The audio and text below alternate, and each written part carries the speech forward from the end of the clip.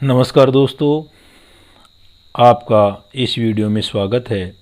आज अपन जो BSTC exam 30 जून 2024 को हुई थी उसके रीजनिंग के जो कुछ क्वेश्चन हैं उनको आज अपन हल करेंगे।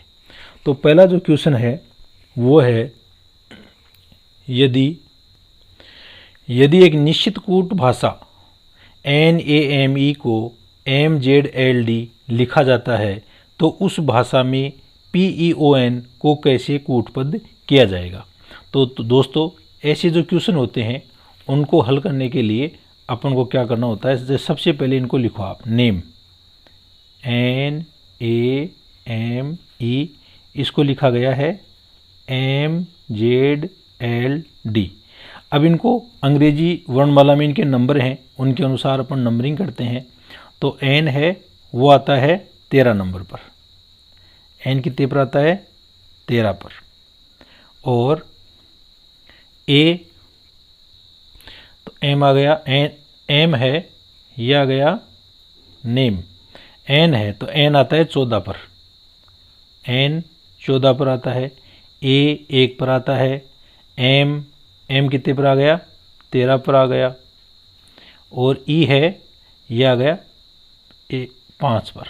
इसी तरह से ये जो M है ये कितने पर आ गया 13 पर। Z है ये 26 पर। MZLD, L कितने पर आता है H 8 पर आता है।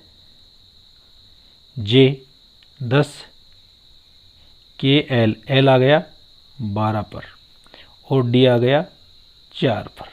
अब इनका अंतर देखते हैं। तो यहाँ पर ये 14 तो -1 13 आ गया। यहाँ पर ये A 1 पर है तो इसमें अपन रिवर्स चलेंगे तो ये 26 आ गया। ये 13, ये 12, ये 5, ये 4, तो सब में एक एक कम करके इसको लिखा गया है। तो इसी तरह से अपन जैसे पियोन है तो इसको कैसे कूटबद्ध करेंगे, तो PEON, तो इसमें अपन इनको संख्या करेंगे। तो P है वो कितने नंबर पर आता है, N है ये आता है 14, O 15, P 16, तो ये तो आ गया 16। E कितने पर आता है, ये आता है 5 पर। O कितने पर आता है 15 पर। और N कितने पर आता है 14 पर। तो इनमें से एक एक कम कर देंगे अपन। तो P कितने पर 16, तो 15 पर कितना आता है, तो इसका आंसर आ जाएगा O। E से पहले क्या आता है D, O से पहले क्या आता है N,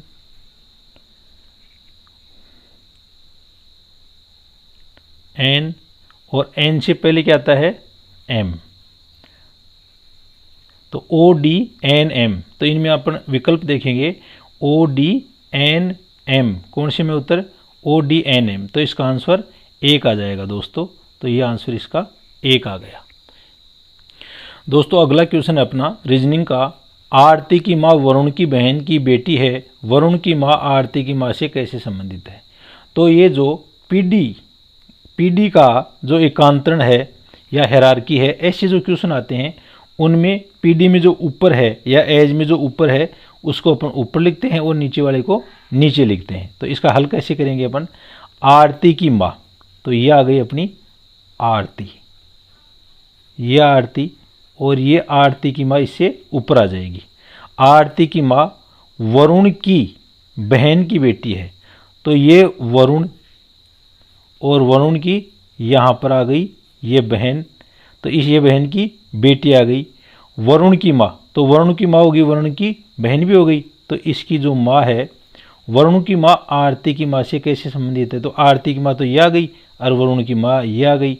तो वरुण की माँ है आरती की माँ से, तो ये आरती की माँ की नानी हो गई। तो इसमें आंसर क्या आ गया अपना, ये 1 आ जाएगा दोस्तों। तो इसका आंसर है ये, अपन क्या कर देंगे 1 कर देंगे, ये 1 आंसर कर दो आप। ये अगला एक बहुत ही अच्छा क्वेश्चन है, निम्न अंग्रेजी शब्दों को वर्णानुक्रम यानी अल्फ़ाबेटिकली अरेंज करना है अपन को, और अंत में आने वाले शब्द को देखना है। तो इनके अंदर अपन देखते हैं कि जो पहला AC, तो पहले 2 अक्षर हैं वो चारों में समान हैं। तीसरा ये T, टी है तो टी कितने पर आता है, 20 पर आता है। फिर ये क्यू है, क्यू कितने पर आता है, ओ N14 O15 P16 और Q 17 पर आता है। Q कितने पर आता है, 17 पर आता है। और इसी तरह C तो ये आ ही गया और ये H 8 के ऊपर आता है। तो इनके अंदर अगला क्या पूछ रहा है कि सबसे अंत में आने वाले शब्द को चुनो। तो सबसे पहले तो C वाला जाएगा और सबके अंत में ये जो कौन सा शब्द टी वाला है ये सबके अंत में आएगा। तो इसका आंसर दोस्तों ये थर्ड हो गया। क्या हो गया, थर्ड हो गया। तो ऐसे जो क्वेश्चन है अंग्रेजी की जो अल्फ़ाबेटिकल से जो संबंधित क्वेश्चन है उनमें अपन को ABCD के जो 26 अक्षर हैं उनका सबका क्रम है वो याद रखना होगा ऐसे क्वेश्चन को हल करने के लिए। दोस्तों क्वेश्चन 4 है, निम्न में से कौन सा दूसरों से संबंधित नहीं है। राजस्थान पूर्ण राज्य है, पंजाब पूर्ण राज्य का दर्जा है, बिहार पूर्ण राज्य का दर्जा है, जबकि दिल्ली एक केंद्र शासित प्रदेश है, यहाँ उपराज्यपाल बैठता है। तो ये इसका आंसर है वो 4 आ गया। तो क्वेश्चन 5 देखना दोस्तों, श्रृंखला में अगली संख्या ज्ञात कीजिए। तो यहाँ पर कितना है, यह है 57। तो 57 और 63 के बीच में कितना अंतर है, 6 का, तो प्लस 6 आ गया। फिर 63 है और 71 में कितना अंतर है, तो 7 1 8 का, तो ये प्लस 8 आ गया। 71 और 81 में कितना अंतर है, 10 का, तो ये प्लस 10, तो यहाँ पर क्या आ गया 81। 81 के बाद में 93, तो ये 12 का अंतर हो गया। और अगली जो संख्या आ जाएगी उसमें 14 का अंतर आएगा, तो 93 और 14 कितने हो गए, 107। तो इसमें आंसर यहाँ पर 107 आ जाएगा, तो इसका आंसर 2 आ जाएगा। तो यह आंसर आप 2 कर लो। अगला रीजनिंग का क्वेश्चन है, 31 दिनों वाले एक महीने में तीसरा गुरुवार 16 तारीख को पड़ता है। तो 31 दिन का तो महीना है, तो ये अपनी आ गई 16 तारीख। तो 16 तारीख को कौन सा पड़ता है, तीसरा गुरुवार पड़ता है, गुरुवार। तो इसमें कितने दिन और बच गए, तो इसके अंदर 14 और 1 15 दिन और शेष रह गए। तो इसका मतलब 2 वीक और आ जाएंगे। तो 7 दूनी 14, 14 का मतलब हो गया कि अगली 14 पर निकालेंगे तो 16 और 14 तारीख यानी 30 तारीख है।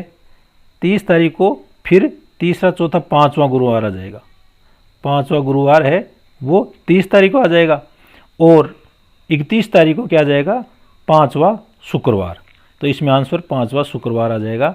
तो ये अपना आंसर आ गया 1। ये अपना एक आंसर आ गया।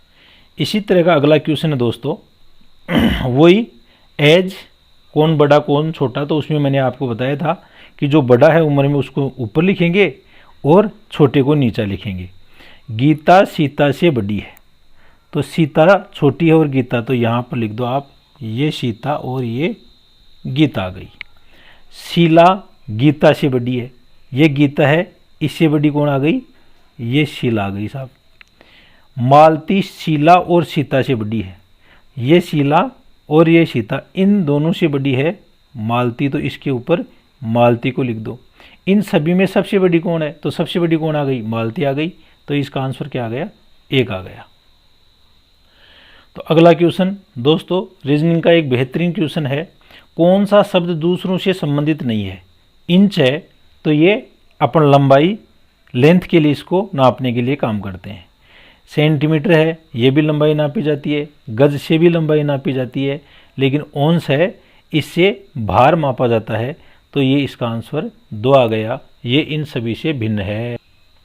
अगला क्वेश्चन है दोस्तों, साधारण ब्याज की गणना करें यदि मूलधन 5,000 रुपये, ब्याज दर 18% वार्षिक तथा समयावधि 4 वर्ष है। तो इसमें चक्रवर्ती ब्याज नहीं पूछ रहा, अगला साधारण ब्याज पूछ रहा है। और साधारण ब्याज का क्या सूत्र होता है, ब्याज बराबर मूलधन गुणा समय गुणा दर बटावा 100। तो मूलधन कितना है यहाँ पर 5,000 गुणा समय कितना है 4 वर्ष और दर कितनी है 18 बटावा ये परसेंट हटते ही 100 आ गया। तो ये 2 बिंदी से आप 2 बिंदी काट दो और यहाँ पर क्या 5 चौक 20, इसको गुना करोगे तो 20 आ गया, और ये बिंदी आ गई, इसको गुना करो 18 दूनी 36, तो इसका आंसर आ गया 3600 रुपये इसका ब्याज आ गया, और ये आंसर अपना 1 इसका आंसर आ गया। तो यहाँ पर आप 1 कर दो। दोस्तों अगला क्वेश्चन है, क्या एकल परिवार संयुक्त परिवार से बेहतर है? यानी एकल और संयुक्त परिवार है, उनमें बेस्ट कौन सा है, ये तो कथन है। तो इसके लिए तर्क दिया अगले ने, नहीं, संयुक्त परिवार सुरक्षा सुनिश्चित करते हैं और काम का बोझ भी कम करते हैं, क्योंकि जो संयुक्त परिवार है उसमें काम बढ़ जाता है। तो तर्क तो सही है ये। हाँ, एकल परिवार अधिक स्वतंत्रता सुनिश्चित करते हैं, तो एकल परिवार में जो स्वतंत्रता है वो अधिक मिलती है। तो ये दोनों ही तर्क सही है। तो केवल तर्क 1 मजबूत है, नहीं। केवल तर्क 2 मजबूत है, नहीं। न तो 1 और ना ही 2 मजबूत है, तर्क 1 और 2 दोनों मजबूत हैं। तो इसका आंसर 4 आ जाएगा।